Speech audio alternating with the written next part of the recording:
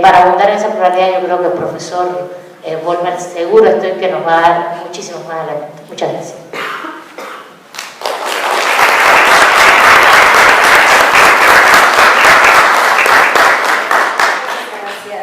Muchas gracias, doctora Burgos. Muchas gracias. Creo que la parte más interesante no es que hable usted mucho, sino que hay mucha sustancia, nos dejas con muchas inquietudes, nos dejas con muchas ganas de seguir investigando, de seguir adentrándonos en los conceptos. Creo que una de las inquietudes que se suman por parte de nuestro auditorio en general, porque nos conocemos ya en los espacios áulicos, es esta realidad social. Podemos hacer investigaciones, construcciones teóricas finalmente, pero a veces no sabemos ni siquiera mirar esta realidad social. Nuestra principal inquietud también se encuentra no nada más en aquellas personas a quienes en un futuro se representará jurídicamente en algún procedimiento, sino incluso en el propio ejercicio individual y colectivo de los derechos. Mi derecho a la educación, mi derecho a la salud, mi derecho a un trabajo digno, mi derecho a todas aquellas situaciones o condiciones que permitan un desarrollo. Y entonces esa es la parte donde se despiertan estas dudas, estas inquietudes que van generando lo individual y lo colectivo en la construcción de estas formas jurídicas nuevas, estos lenguajes y estas realidades que ahora se nos presentan y que tal vez siempre se nos han presentado, pero no habíamos tenido tan claras. Doctor, ¿nos podría abundar un poco sobre estos conceptos? Nos acompaña el doctor Vollmer otra vez.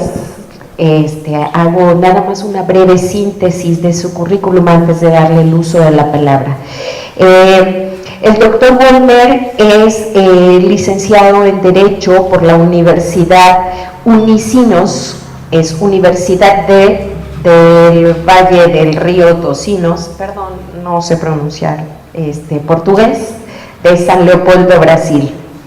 Ahí mismo en esta Universidad Unicinos hizo la especialización en metodología de la enseñanza superior. Su maestría es en ciencia política en la Universidad Federal de Río Grande do Sul, en Porto Alegre, Brasil, y su doctorado en Derecho por la Universidad Federal de Santa Catarina, en Florianópolis, Brasil, lugar en donde se desempeña como docente de tiempo completo e investigador en las líneas de pluralismo jurídico, espacio de prácticas sociales participativas. Tiene líneas de investigación relacionadas con la historia del derecho, el pluralismo jurídico, filosofía y sociología del derecho, así como en derechos humanos. Dentro de sus últimos proyectos de investigación se encuentra el pluralismo jurídico, derechos humanos y ciudadanía, una perspectiva intercultural, y el que más me gustó, violencia, educación y derechos humanos. También cuenta con innumerables participaciones en universidades de América Latina, entre las que señalamos principalmente dos: la UBA, la Universidad de Buenos Aires, donde colabora de manera permanente, y la Universidad Pablo de Olavide en España. Tiene un importante número, por supuesto, de publicaciones. Tenemos más de 60 artículos de investigación que se encuentran en 17 libros en portugués y 3 textos en español, para ser muy breves. Tenemos en español sus principales textos, como ya los hemos mencionado: Historia de las ideas jurídicas, esto es un pensamiento latinoamericano, tenemos Pluralismo jurídico y tenemos, por supuesto, el texto de Introducción al pensamiento jurídico crítico. Estos son textos en español, aparte de que hay algunas colaboraciones también. Sin más, doy el uso de la palabra al doctor Wollmer, por favor, que nos hace el honor.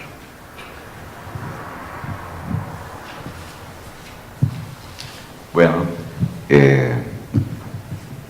primeramente, cumprimentar a todos, ¿no? Es un honor muy grande de estar aquí en la universidad y por primera vez, ¿no? Estoy muy, muy contento, ¿no? Agradezco, entonces, y ahí cumprimento las profesoras que está presidindo esses trabajos esta mañana, profesora Luz, que tengo el placer de conocerla, de tener ese contacto académico, abrindo esse espaço aqui na universidade. Cumprimentar a professora Milay Burgos, minha companheira de luta, já há muitos anos. Estamos juntos nesta caminhada por um direito mais crítico, um direito mais liberador. Uma amizade muito antiga, que não somente aqui, através de encontros acadêmicos em México, pero também em Brasil, onde ela estuve brilhantemente participando de atividades acadêmicas em minha universidade. Então, é um grato prazer, uma alegria de revê-la e de estar mais uma vez junto, compartilhando deste diálogo. Quero também cumprimentar a todos aqui presentes, os alunos do pré-grado, alunos do pós-grado, a professores, investigadores, enfim, a todos que estão aqui presentes nesta manhã. Bueno, a minha tarefa se tornou mais simplificada em função da charla brilhante da professora Milay Burgos, que praticamente em menos de 15 minutos ha sido um recorrido em detalhes dessa trajetória da crítica na América Latina, do pensamento crítico. Então, creio que isso se torna mais fácil de poder agora aprofundizar aspectos depois de sua preciosa colaboração e introdução, muito rica, sem dúvida. Bueno, eu havia pensado em fazer assim, em torno de uns 45 minutos, algo assim, uma reflexão sobre mais ou menos o que a professora Milay Burgos já comentou para nós outros, ou seja, a importância de uma teoria crítica no direito, e principalmente desde uma mirada latino-americana.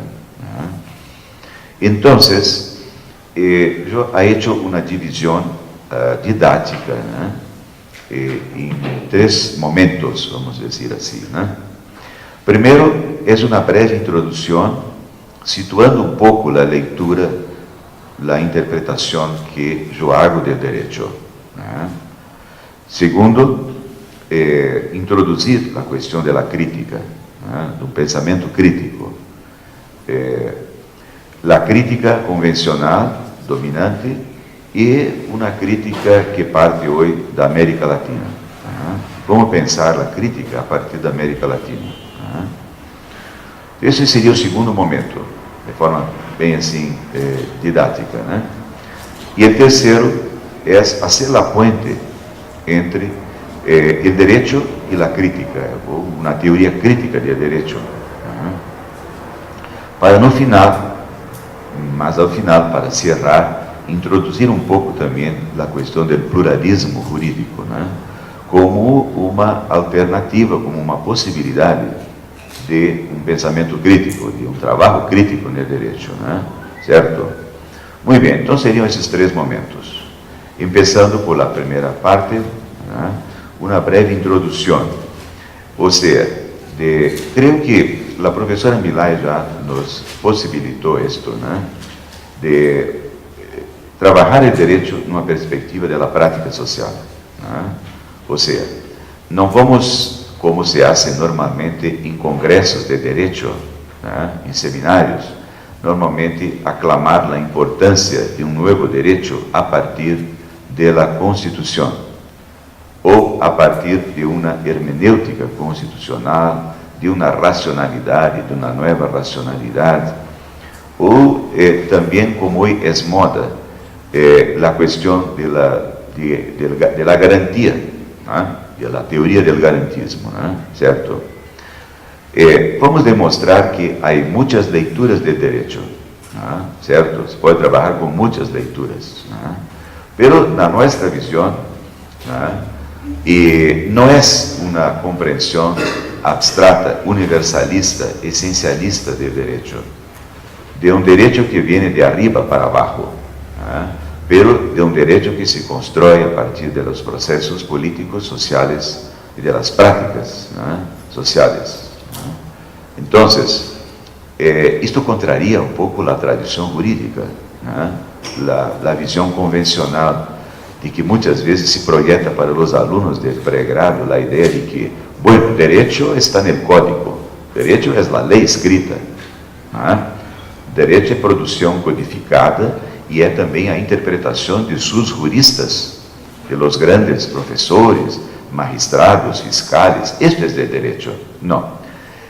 Isto pode ser parte de uma cultura jurídica, mas não é o essencial, né? O fundamento que estamos agora trabalhando, né, é nesse sentido de trabalhar o direito como produto dialético de las contradições sociais e de los processos políticos de uma dada sociedade, não? Certo? Como prática social. Então, eu creio que está aclarado isto, a importância de estudar, né, investigar o mundo jurídico, né, a partir da realidade social.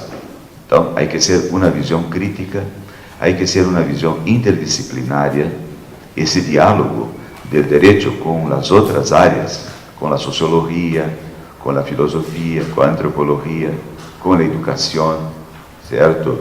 Porque solamente o direito não vai nos oferecer esses conceitos, esses elementos para uma toma de consciência e para uma outra leitura de um novo direito, né? Então, esse diálogo é muito enriquecedor. Necessitamos desta interdisciplinariedade, né? Certo? Bueno, então eu creio que isso seria um primeiro momento, certo? Que não vou aprofundizar, porque creio que, repito, a professora Milay nos ha hecho uma belíssima exposição para ressaltar esses elementos caracterizadores, né, de um pensamento crítico, né? Certo? É por aí que temos que trabalhar, né? Ou seja, produzir metodologicamente e epistemologicamente, né, formas de conhecimento, e aí é claro, como somos um público, em grande parte aqui o público do direito, temos que dizer, vamos produzir conhecimento no direito que pode nos ajudar a resolver nossos problemas, né, locais, regionais, nossos problemas, nossa realidade social. Né? Não resolve nos quedarmos em um pregrado, passarmos anos estudando direito, o direito que está nos livros de los dogmáticos, né? Certo? Que muitas vezes entra em contradição com a prática efetiva, com a prática social. Então, há que trabalhar o direito no sentido de, né, de resolver, ajudar a resolver nossos problemas, né? Ser um instrumental de liberação, né? E não instrumental de dominação, a serviço do poder e formas opressivas de legitimação, né? E por isso que, concluindo esse primeiro momento, temos que buscar um conhecimento normativo, um conhecimento de direito, né, que seja compromissado com nossa prática social, um compromisso efetivo com nossa prática social, né? Certo? Bueno, então salimos desse primeiro momento, desses preliminares, deixando aclarado nossa ideia, nosso conceito de como vamos pensar o direito, que está plenamente em harmonia, totalmente em harmonia com a professora Milay Burgos, né? E aí caminhamos então para uma segunda etapa, que é abrir a questão da crítica, né? Também já introduzida por professora Milay, ¿no? A crítica, né? Bueno, em primeiro lugar, poderia dizer que como vamos entender a crítica, né? Certo? Essa expressão é muito rica e polissêmica, tem muitos significados, né? Certo? A questão da crítica. A tradição da filosofia ocidental, em vários momentos da filosofia ocidental, se ha puesto a crítica como uma filosofia nova que se contrapõe ao idealismo, ou à metafísica, ou ao formalismo, né? Grandes contribuições, né? Pero temos que pensar a crítica e aí é uma tradição cartesiana que vem de muitos pensadores como Kant, etc, etc, até chegar a autores contemporâneos como Karl Popper, né? Com seu racionalismo crítico, né? Certo? Bueno, creio que a escola de Frankfurt, né, foi importante para uma retomada do marxismo, certo? Dentro da tradição do marxismo, e buscando um diálogo com a psicanálise, com uma vertente crítica da psicanálise, né? Para possibilitar aí um pensamento crítico, né? No âmbito da filosofia, das ciências humanas. Então, quizás que a teoria crítica, em geral, uma das mais importantes do século XX, foi esta desarrollada pela escola de Frankfurt, pela escola alemã, né? Porque esta escola vai manter essa tradição de um marxismo, mas não de um marxismo ortodoxo, mas de um marxismo mais flexível, heterodoxo, no diálogo com a psicanálise, onde eles vão pôr em conta a questão da dialética, mas de uma dialética que não se dogmatiza, como acabou caindo na tradição stalinista ou do sovietismo, grande parte do século XX, né? E uma dialética permanente que não cai em dogma, né? Então, a questão da dialética, a questão de retomar o discurso revolução ou reforma, pero de um novo conceito de revolução, né? Não tanto num sentido leninista, mas muito mais gramsciano, de uma revolução cultural, certo? Então, dialética, revolução, a questão da utopia, né? O sentido da utopia como luta, como espaço, como uma nova sociedade a partir de um sujeito que toma consciência de seu papel na história, porque a história não morreu. Tampouco o sujeito, como se proclamou algumas filosofias de moda dos anos 60 e 70, não? Certo? Principalmente o pós-estruturalismo francês. Não, o homem é o sujeito da história, né? Certo? E aí um papel essencial, né, num processo revolucionário com este sujeito coletivo, com esse sujeito histórico, né? Certo? Então, a ideia de uma utopia que se constrói e que os eventos, os fóruns sociais mundiais, onde 3 se passaram em Brasil, retomam muito essa ideia, né? De que a utopia não morreu, que há um espaço, um caminho para se implementar, né, uma nova sociedade mais justa, mais igualitária, mais democrática, né? Isso rompe com um conceito de utopia de uma certa tradição mais universalista, de tradição grega cristiana, né? De um paradiso que não se logra pela imperfeição humana. Ele trabalhar a utopia como possibilidade, como espaço de luta, como esperança, né? E de realização futura de uma sociedade mais igualitária, né? Então, dialética, revolução, utopia, desmitificação, né? E emancipação, né? São alguns deles. Emancipação como autonomia, né? Não no sentido liberal, mas ganha um espaço de um sentido mais amplo, né? São alguns elementos que vão caracterizar essa escola crítica da escola alemã. A ideia é que temos que avançar, né? Ir mais allá, né? São construções como esta, são importantes para abrir um espaço, né? Pero temos que hoje trabalhar no sentido de uma crítica que seja uma crítica que parta de nossa realidade, né? é uma crítica em sociedades pós-coloniais.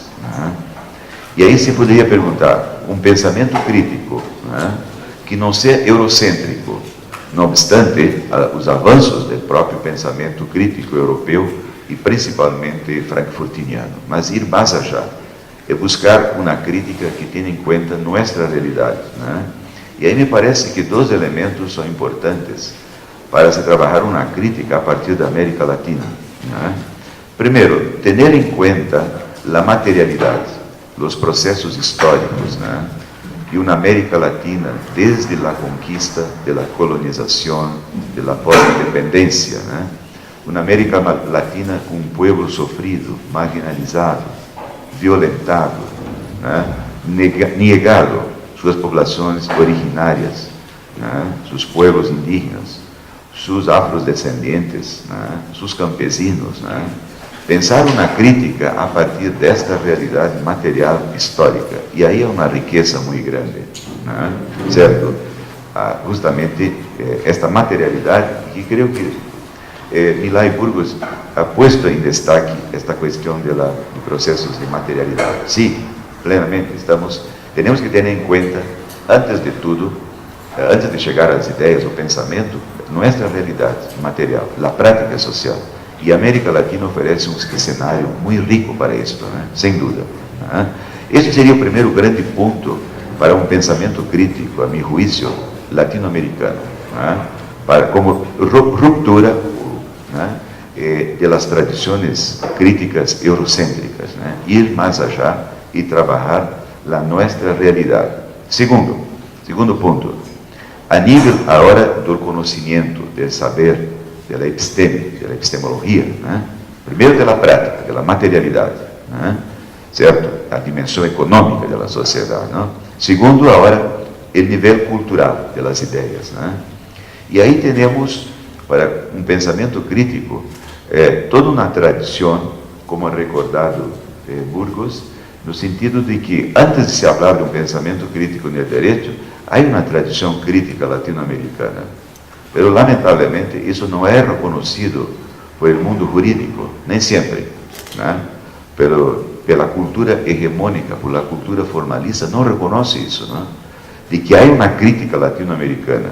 E basta, para comprovar isto, fazer um recorrido desde a teologia da liberação, que foi uma vertente inusitada, que causou um choque, um impacto junto a setores tradicionais da Igreja Romana, no espaço, digamos assim, no espírito novo aberto pelo Vaticano II, nos princípios dos anos 60, e que depois na América Latina foi aprofundizado com os encontros do episcopado latino-americano, como Medellín e Puebla.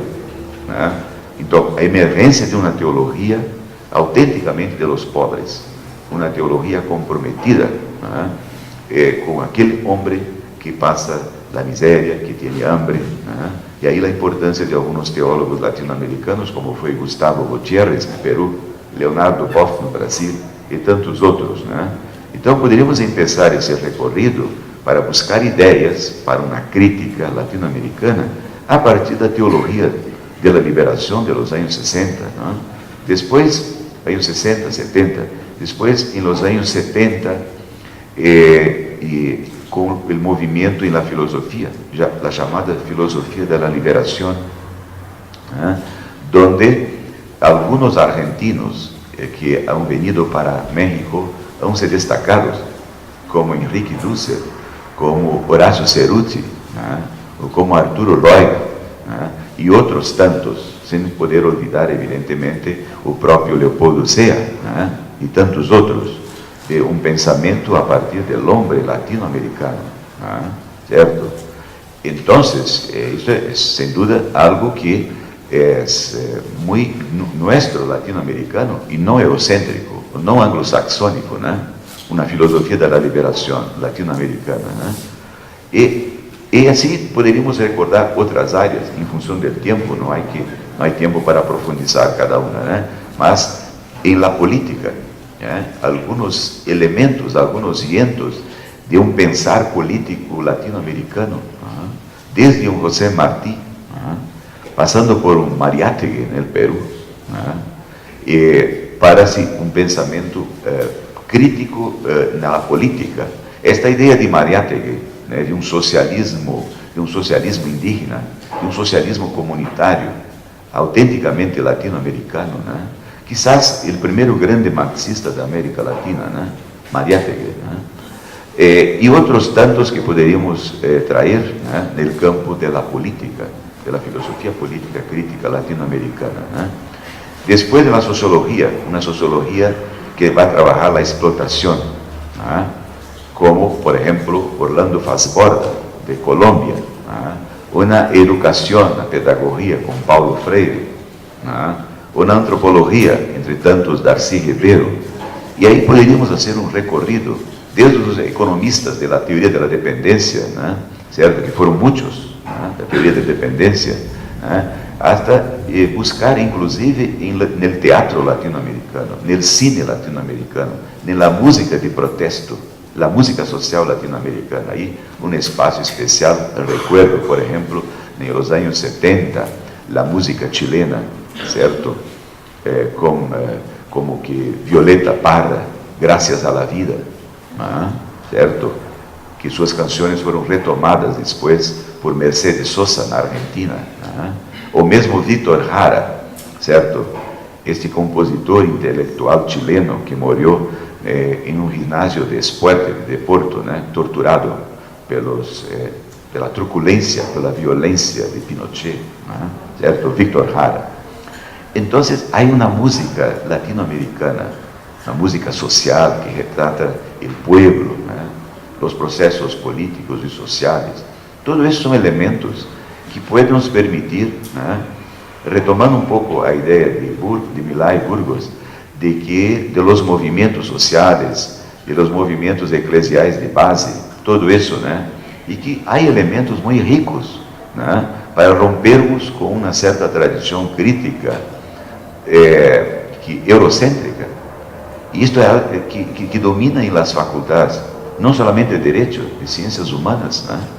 Por exemplo, em meu país, abrindo um espaço, em meu país, por exemplo, em uma assinatura importantíssima como filosofia do direito, o pré-grado, se passa um semestre estudando a teoria da justiça como tema central da filosofia do direito. É a justiça. Pero qual a teoria da justiça? Se passa um semestre estudando a teoria de justiça de John Rawls. Parece que não há outra teoria de justiça. Parece que tem que se reproduzir nas faculdades de direito, o conhecimento eurocêntrico. E assim, por exemplo, direitos fundamentais, não há, parece que, autores a não ser trabalhar com Luigi Ferrajoli ou Dworkin, Alexi. Agora passou um pouco a era, o domínio de Hans Kelsen, mas durante muito tempo na América Latina era Deus no cielo e Hans Kelsen em las faculdades de direito. Las sacerdotisas andavam em los corredores de las faculdades de direito com o manual abaixo do braço, ¿sí? Assim, levando este livro sagrado, esta Bíblia, teoria pura do direito, certo? E isto continua com muitos formalistas por aí, certo? Então, há que romper com este colonialismo cultural, que está presente muito forte na enseñança do direito, as formas de pedagogia do direito, e buscar formas de conhecimento comprometidas com nossa prática social. Então, é possível trabalhar uma crítica a partir de América Latina, de um saber que parta hoje de uma episteme do sul, para recordar um pouco Boaventura de Souza Santo, construir nossa modernidade, não esta modernidade eurocêntrica, iluminista.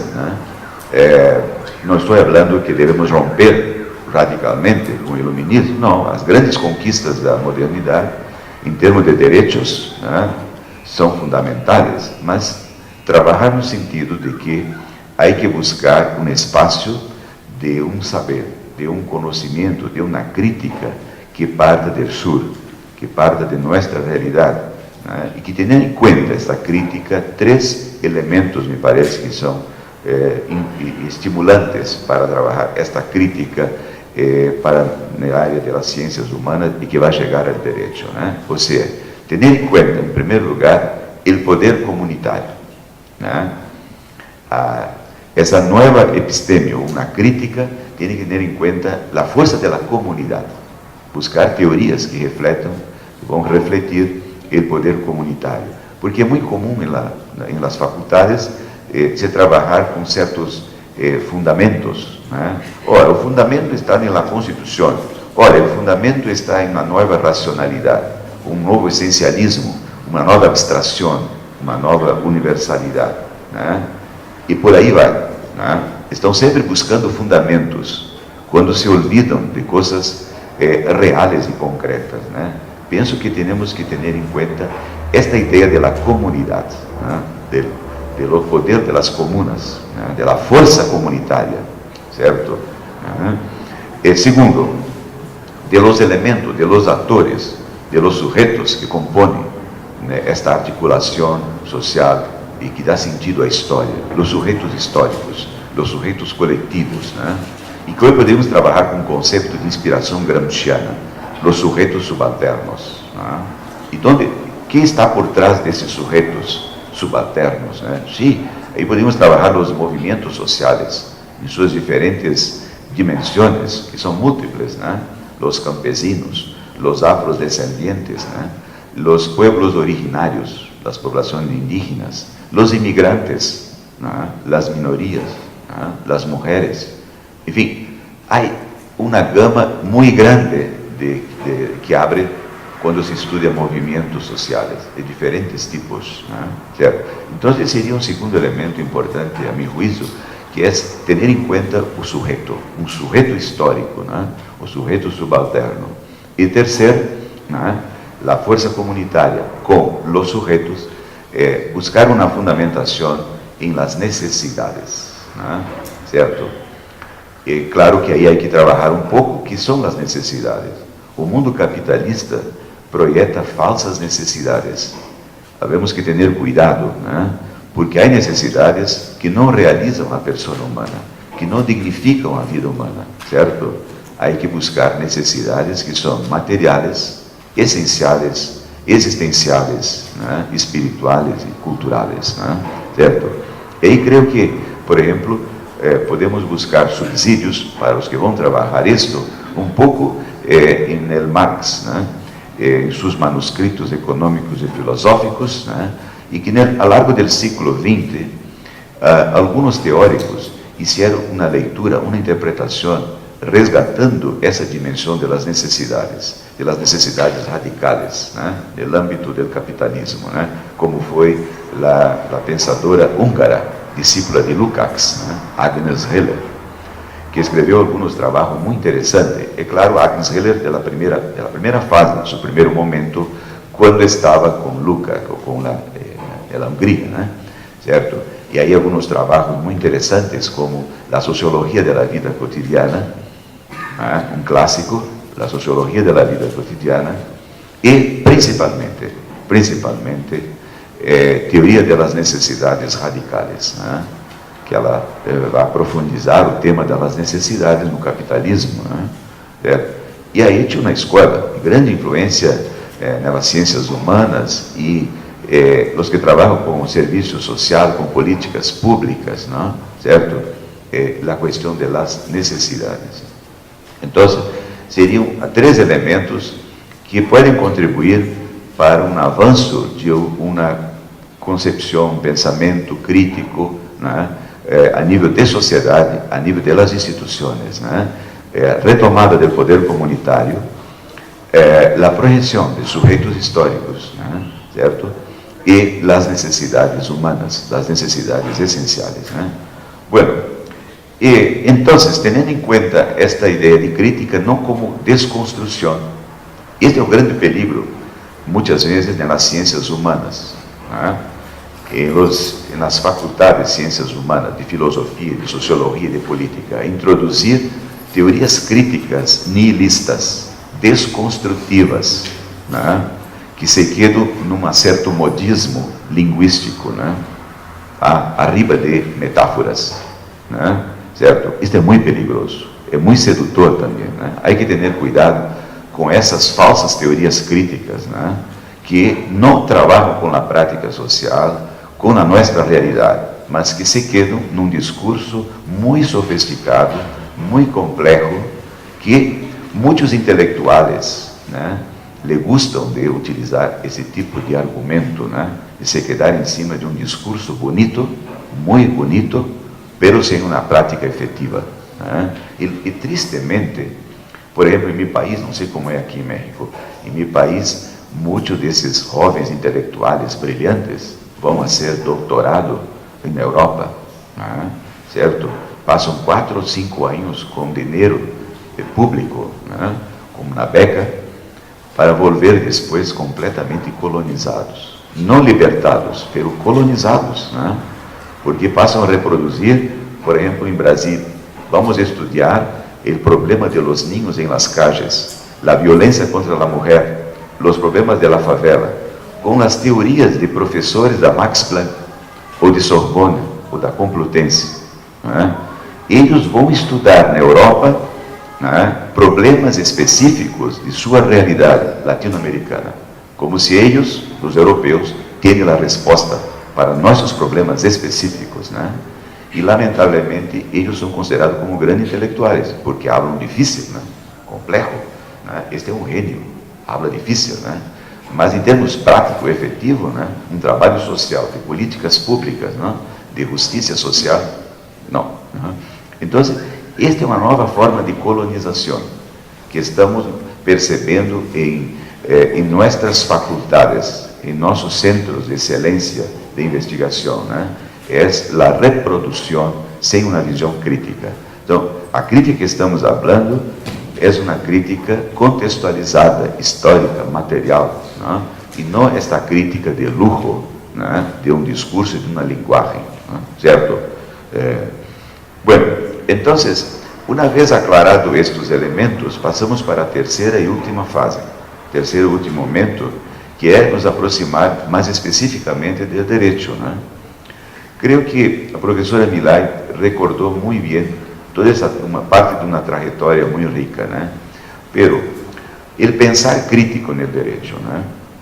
Isto ganhou força em finais de los anos 60, né? E a partir de los anos 70, né?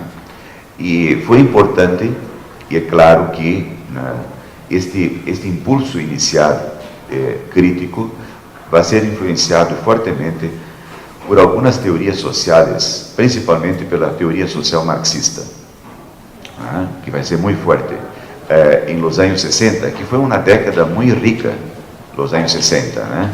Os movimentos de contracultura, a Revolução Cubana, que causou um impacto profundo na América Latina, né? Que foi tremendo, e que os Estados Unidos não se conteve, né? Porque não podia entender como que no seu terreno, no seu espaço, né, de controle rígido, pode surgir uma revolução desse tipo, né? Certo? E aí o ideário que surge dessa revolução, principalmente na figura do Che, né? Grande inspirador dos processos revolucionários dos anos 60 e 70 na América Latina, né? A par da Revolução Cubana na América Latina, a Revolução Argelina, norte de África, a luta de liberação da Argélia contra o colonialismo eurocêntrico francês, né? Contra as declarações abstratas burguesas individualistas de direito, né? E eles lograram êxito, né? Implementaram a sua liberação contra a França, né? E este processo político de Argélia, que vai ser também inspirador para intelectuais como o médico de Martinica, Frantz Fanon, com seu clássico Los Condenados de la Tierra, né? Um dos grandes padres de los estudos críticos do pós-colonialismo, como Eduard Said, né?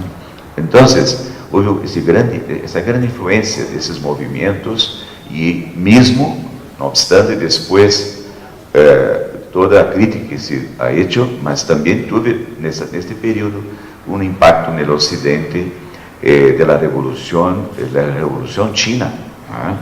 que foi de 1966, algo assim, a 1977, com a morte de Mao, né?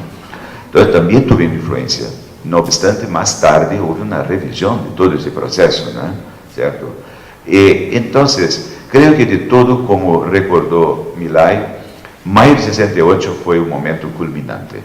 Os estudantes nas calles, os movimentos estudantil, a aliança com os obreiros, os sindicatos, né?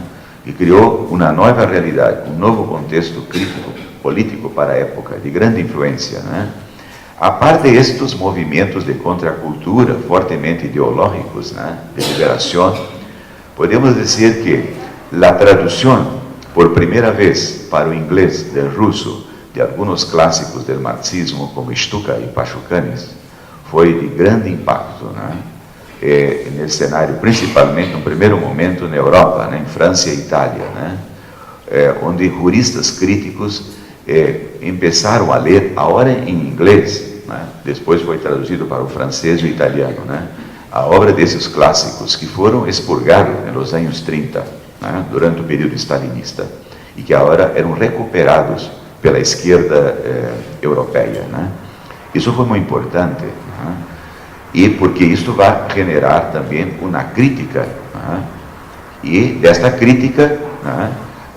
Todo um movimento que vai influenciar no âmbito do direito, se introduzir temas como ideologia, como alienação, como coisificação, como direito como instrumento de dominação, né?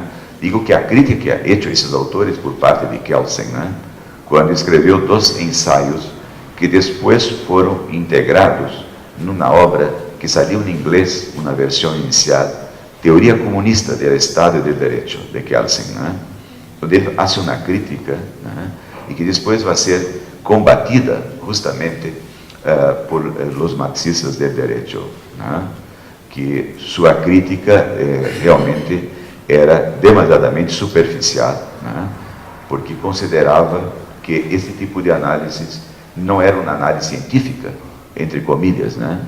Sim, porque sua teoria pura, sua análise do direito era ciência, né? Então, há toda uma discussão também que, no contexto de época do próprio marxismo, dos anos 70, a influência de Althusser, entre o problema da ciência e da ideologia, né? Bem, essas influências vão estar presentes em setores da esquerda jurídica, né? Em 2 escolas importantes para a época, né?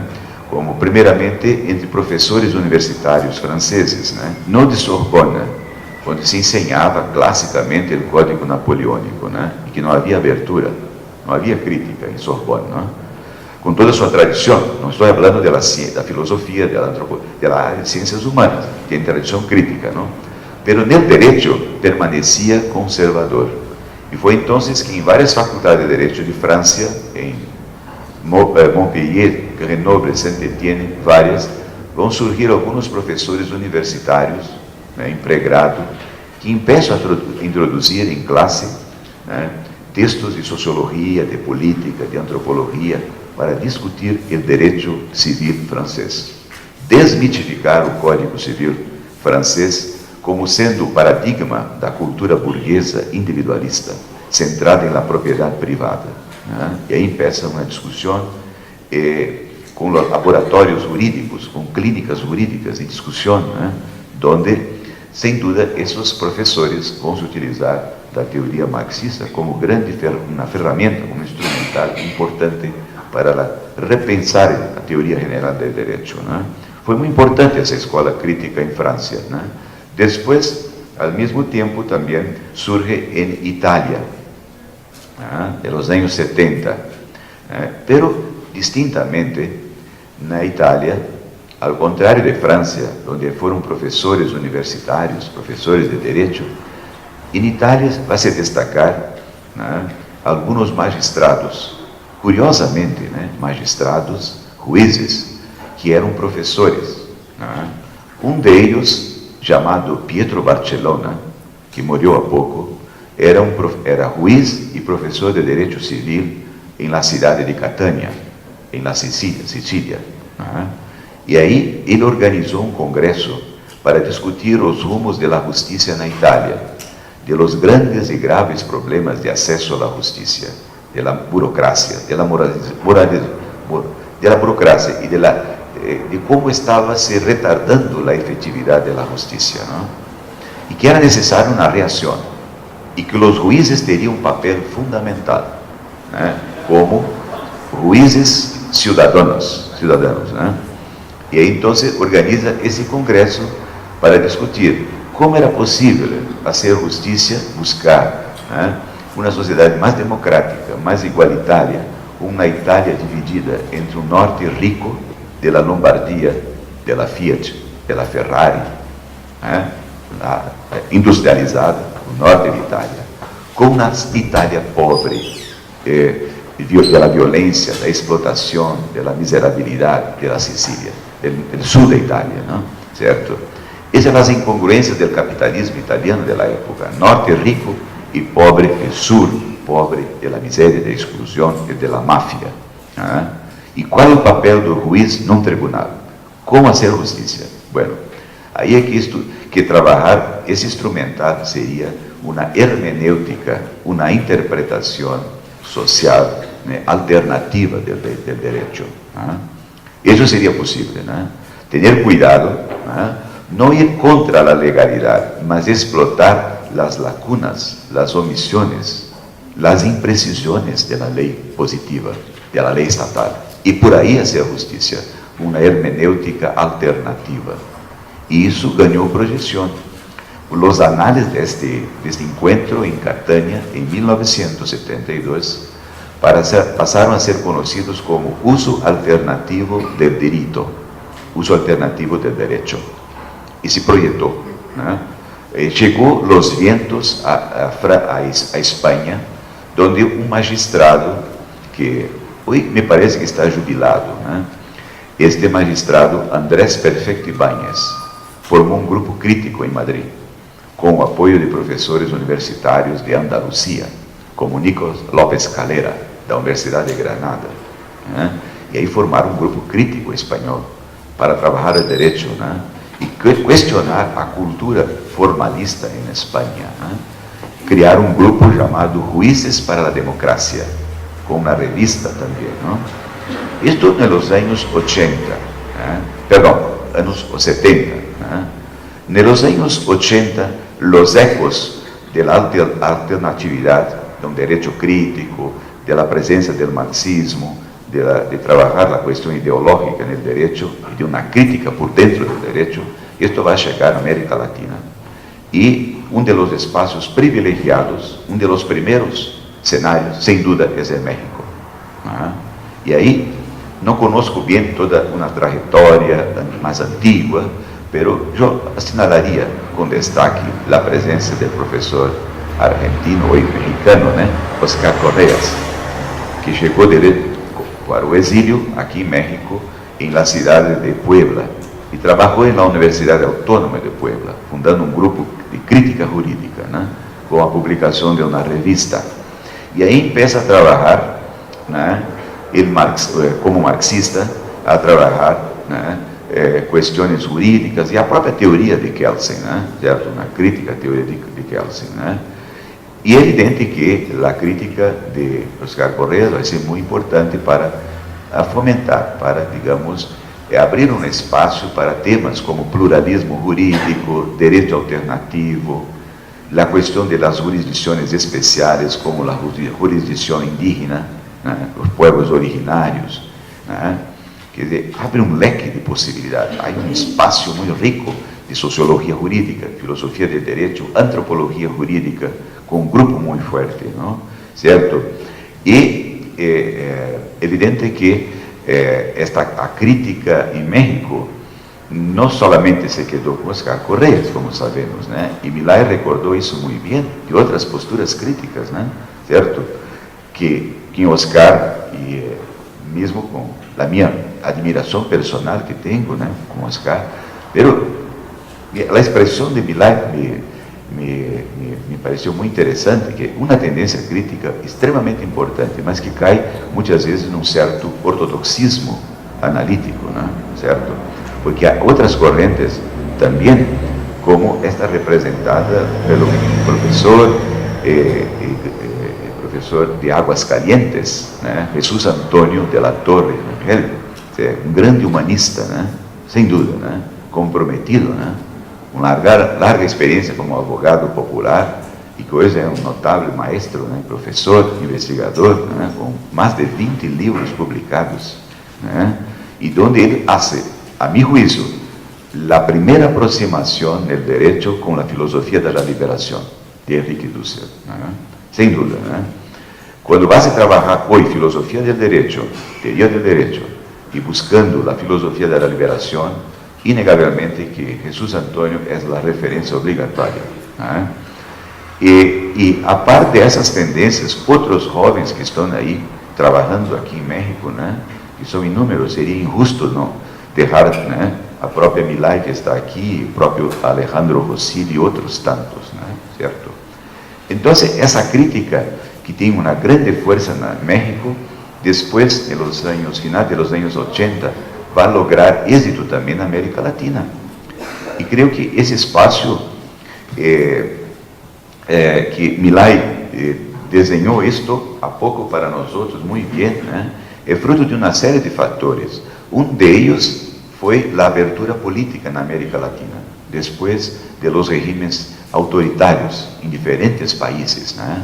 A abertura política de los anos 80, né? Que vai projetar a questão de los movimentos sociais, né? Certo? A emergência de novos processos políticos, novas constituições, né? Aí que foi um processo em muitos países de uma forma muito retardada, lenta, com muito cuidado, né? Certo? Pero é fundamental a emergência de los novos movimentos sociais, né? Los movimentos de las mujeres, de los estudiantes, los movimentos contra la hambre, né? Los movimentos indígenas, de los afrodescendentes, de los campesinos, né? De los sin teto en los centros urbanos, por derecho à moradia, à vivienda, né? Por la salud, né? Então, uma série de movimentos importantes, né? Que isto vai resultar, vai ter impacto no mundo do direito, né? Certo? As faculdades de direito começam a se abrir a essas pressões fortes que vêm da sociedade, né? Certo? E também aí a literatura, uma literatura crítica, interdisciplinária, né? As influências dessas escolas, como da Associação Critique do Droit, e do próprio direito alternativo italiano, né?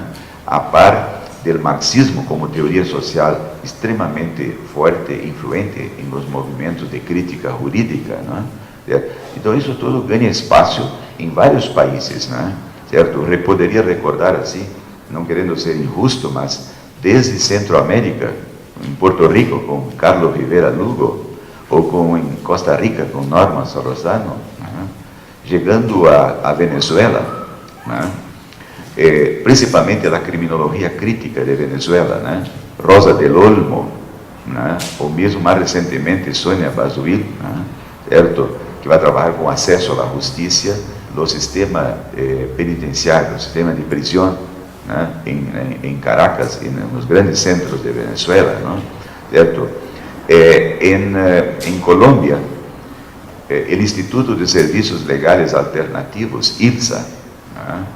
Onde um dos primeiros professores mais importantes foi Víctor Moncayo, da Universidade Central de Colômbia, né? Que vai utilizar o marxismo para trabalhar a questão da legalidade do Estado capitalista, né?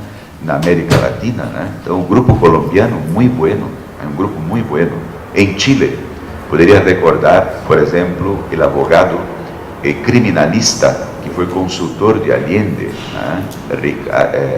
Novoa Monreal, que se projetou um livro em toda a América Latina por século XXI, com várias edições, chamado El Derecho como Obstáculo ao Cambio Social. El Derecho como Obstáculo ao Cambio Social, né?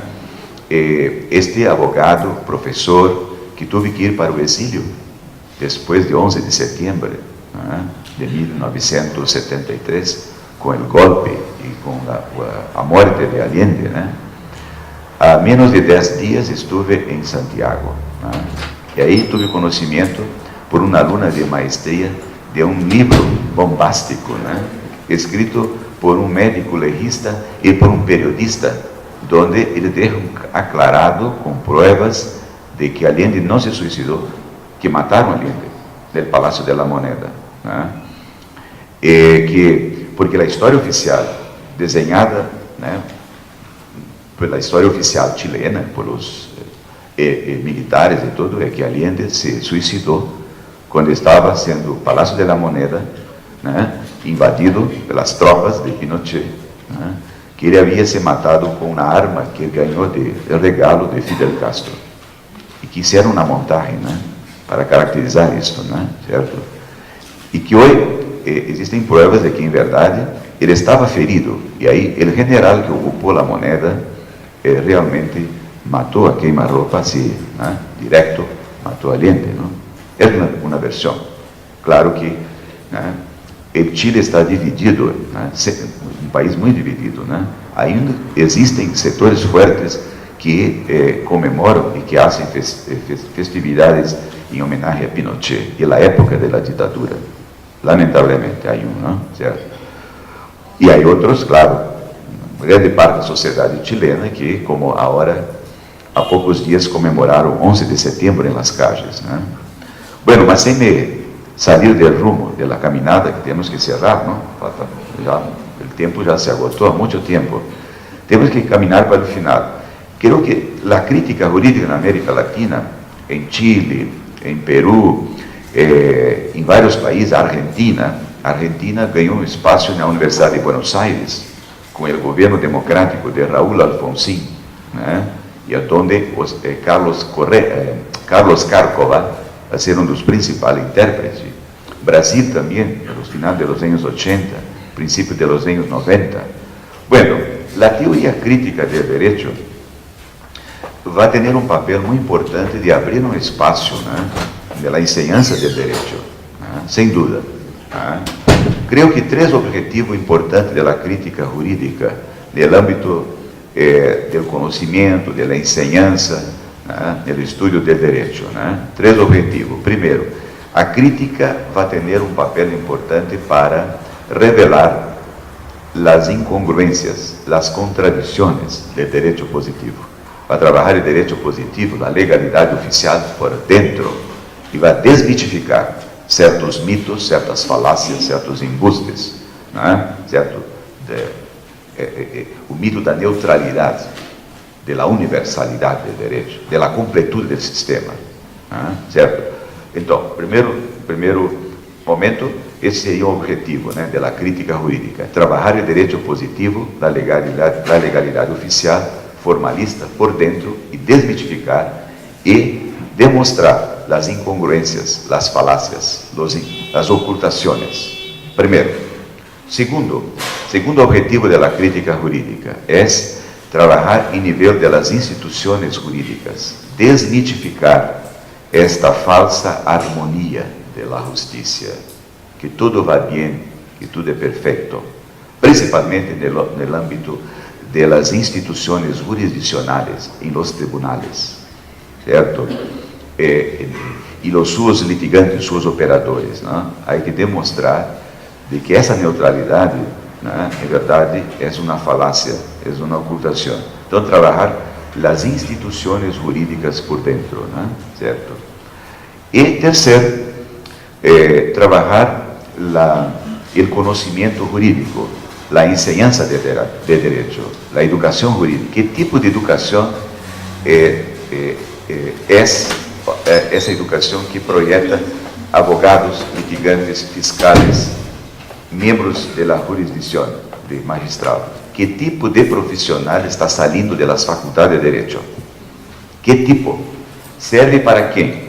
Que interesse? Não? Certo? Estão comprometidos com a prática social ou aí a advocacia mercantilista, a advocacia que serve a grupos econômicos e tudo isso? Então, há que trabalhar, né, o conhecimento, a enseñanza, e isso passa também por examinar os currículos, as assinaturas, né, certo? O contenido, né, certo? Então, isso é um trabalho realmente extremamente importante, e que a crítica a teoria crítica, a pedagogia crítica tem essa função e essa missão, né? Enfim, a crítica jurídica vai despertar, sem dúvida, a partir dos anos 80 na América Latina, como ha dicho a professora Milay Burgos, uma política, por primeira vez, muito consciente acerca de los derechos humanos.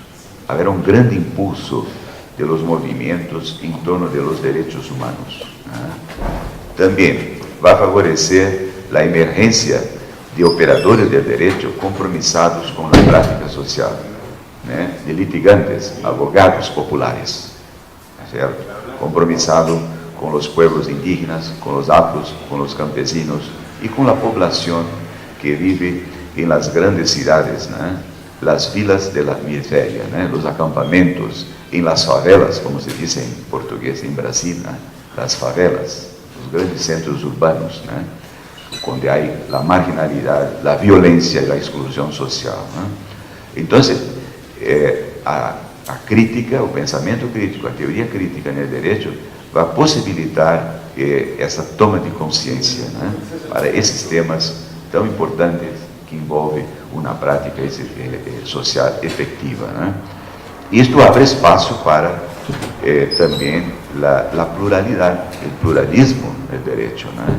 Como ha dicho Milay Burgos, de que trabalhar o direito nessa perspectiva também não só da prática social, da materialidade, mas de uma nova visão do direito, aberto à pluralidade, né? Certo? Ao pluralismo jurídico. Eu não creio que não vou ter tempo para falar. A hora que deveria entrar no pluralismo, eu creio que já agotado o meu tempo, não? Certo? Bueno, eu vou deixar um livro sobre pluralismo para a biblioteca. A biblioteca da universidade, né? Esse livro em espanhol, né? Sobre a minha tese de doutorado, foi publicado em Espanha sobre o pluralismo jurídico. Então vai ser oficialmente a donação desta obra, porque creio que aqui está uma tese, uma proposta de um pluralismo jurídico a partir, desde uma mirada latino-americana, né? Que é um tema também muito bonito da sociologia jurídica, da teoria do direito. Precisaria tempo para entrar nisto, né? O pluralismo entendido, pluralismo no direito, porque há muitos tipos de pluralismo, né? Liberal, conservador, né? De todo tipo.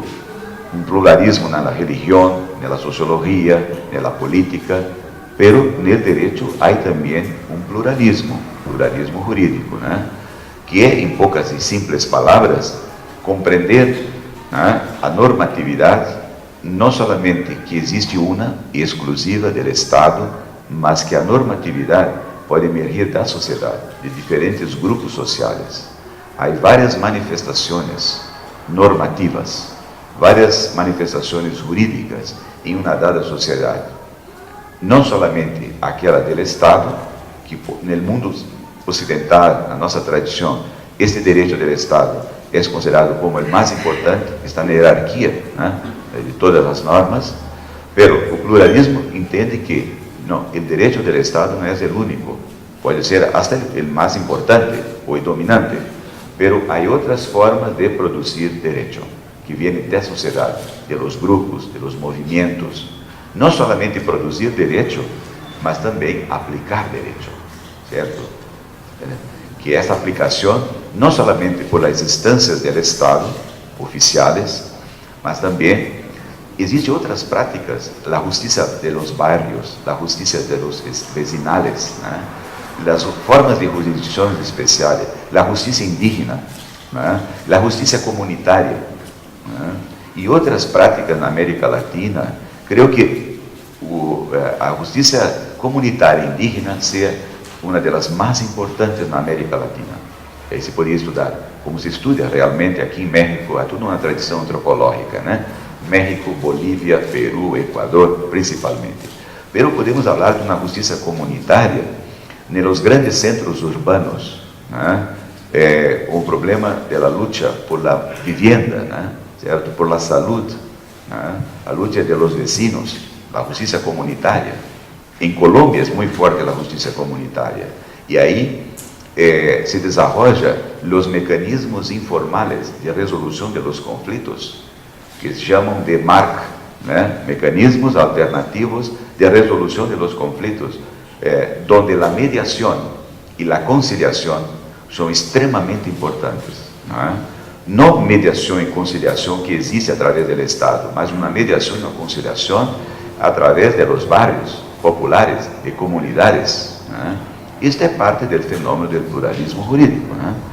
Otro, por ejemplo, las rondas campesinas en Perú, ¿no? ¿Cierto? O la policía comunitaria de Guerrero, que está siendo examinada aquí en México como algo muy interesante, ¿no? Específico, ¿no? Como un modelo, un ejemplo de justicia comunitaria, ¿no? O la justicia de los vecinos, los piquetes en Argentina, ¿no? O en Brasil, las prácticas de justicia en el ámbito de los movimientos sociales, de los derechos de la favela, que fue muy bien explotado esto por el profesor portugués muy conocido en América Latina, Boaventura de Souza Santos, ¿no? ¿Cierto?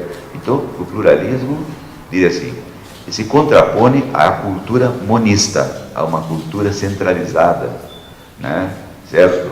Extremadamente formalista, rígida, de que só hay derecho, só hay justicia a través del Estado, ¿no? El pluralismo abre esa perspectiva de que tenemos que reconocer otros espacios plurales, ¿no? Ricos, de participación popular, de los movimientos, ¿no?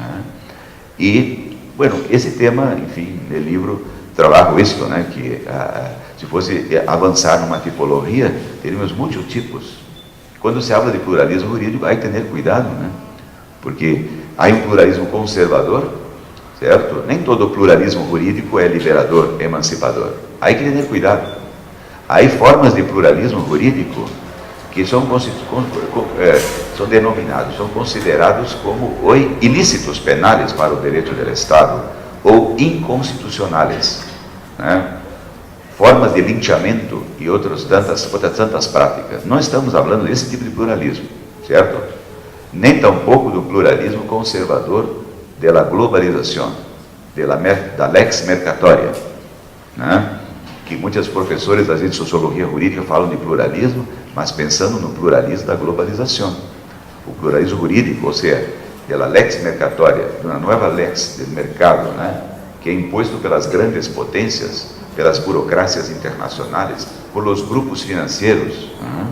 Este é um pluralismo de arriba para abaixo, que é imposto, certo?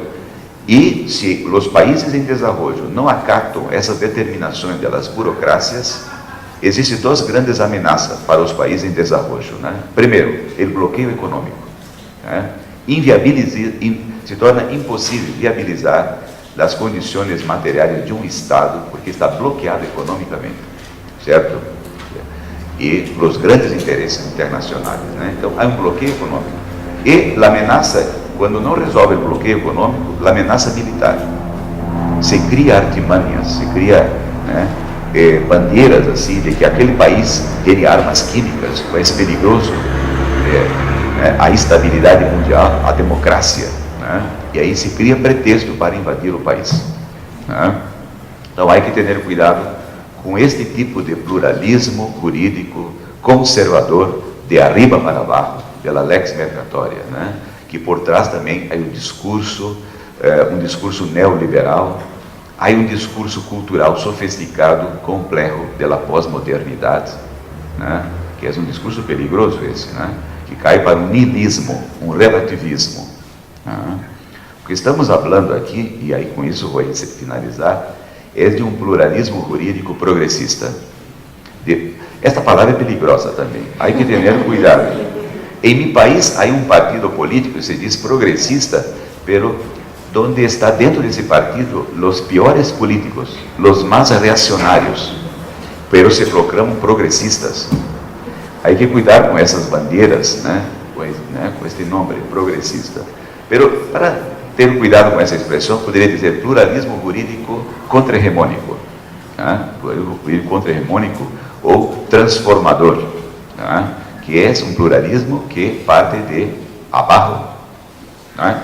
A construção é de abaixo, né? Certo? Desde abaixo. O outro é de arriba para abaixo. Este é de abaixo. fruto de los procesos sociales, políticos y culturales.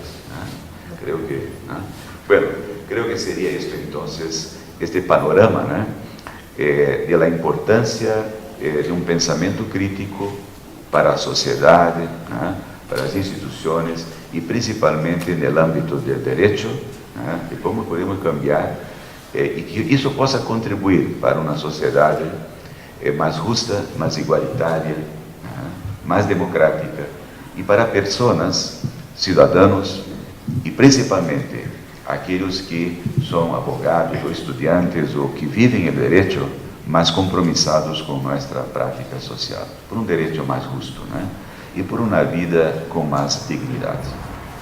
Muchas gracias.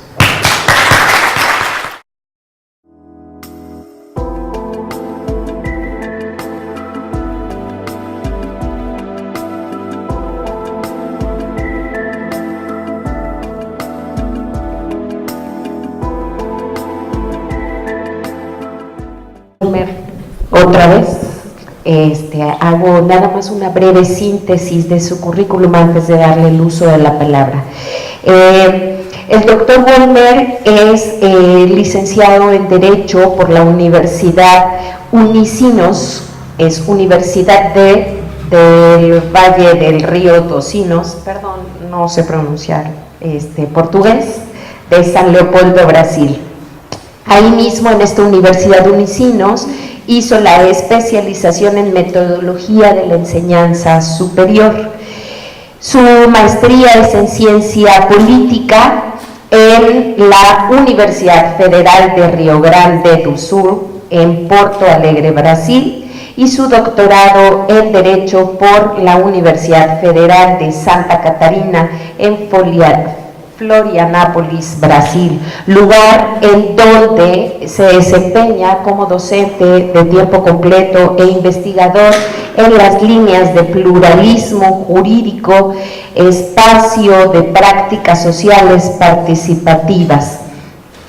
Tiene líneas de investigación relacionadas con la historia del derecho, el pluralismo jurídico, filosofía y sociología del derecho, así como en derechos humanos.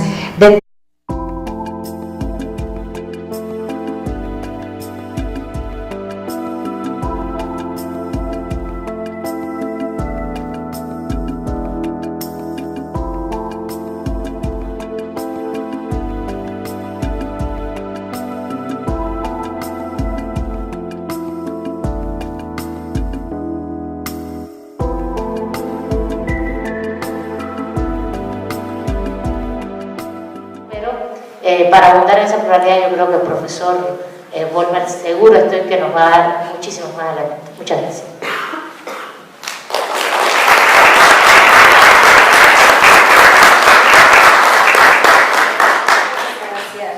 Muchas gracias, doctora Burgos. Muchas gracias. Creo que la parte más interesante no es que hable usted mucho, sino que hay mucha sustancia, nos dejas con muchas inquietudes, nos dejas con muchas ganas de seguir investigando, de seguir adentrándonos en los conceptos. Creo que una de las inquietudes que se suman por parte de nuestro auditorio en general, porque nos conocemos ya en los espacios áulicos, texto de introducción al pensamiento jurídico crítico, estos son textos en español, aparte de que hay algunas colaboraciones también. Sin más, doy el uso de la palabra al doctor Vollmer, por favor, que nos hace el honor.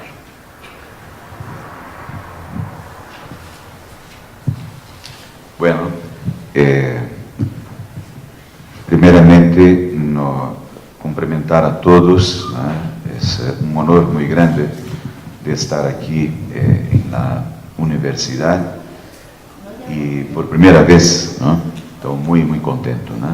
Agradezco entonces y ahí cumprimento las profesoras, profesora que está presidindo esses trabajos esta mañana, profesora Luz, que tengo el placer de conocerla y mantener ese contacto académico. abrindo esse espaço aqui na universidade. Cumprimentar a professora Milay Burgos, minha companheira de luta já há muitos anos.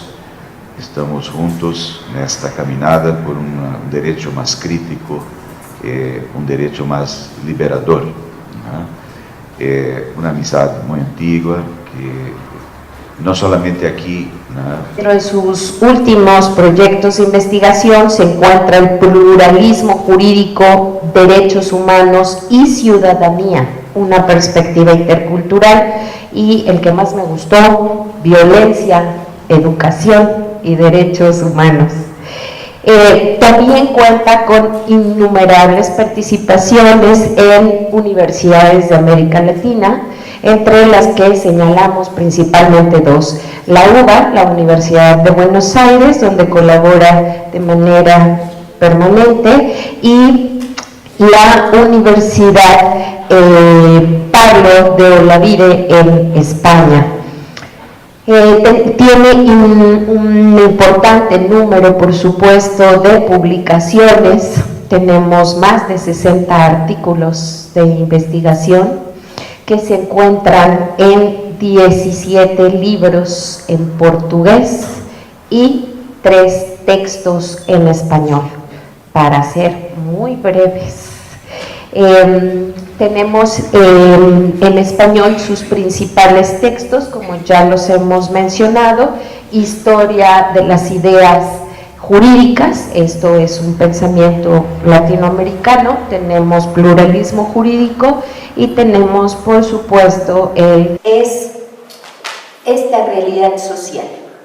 Podemos hacer investigaciones, construcciones teóricas finalmente, pero a veces no sabemos ni siquiera mirar esta realidad social. Nuestra principal inquietud también se encuentra no nada más en aquellas personas a quienes en un futuro se representará jurídicamente en algún procedimiento, sino incluso en el propio ejercicio individual y colectivo de los derechos.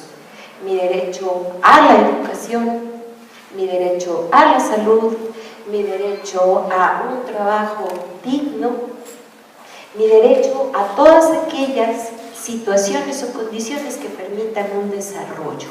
Y entonces esa es la parte donde se despiertan estas dudas, estas inquietudes que van generando lo individual y lo colectivo en la construcción de estas formas jurídicas nuevas, estos lenguajes y estas realidades que ahora se nos presentan y que tal vez siempre se nos han presentado, pero no habíamos tenido tan claras. Doctor, ¿nos podría abundar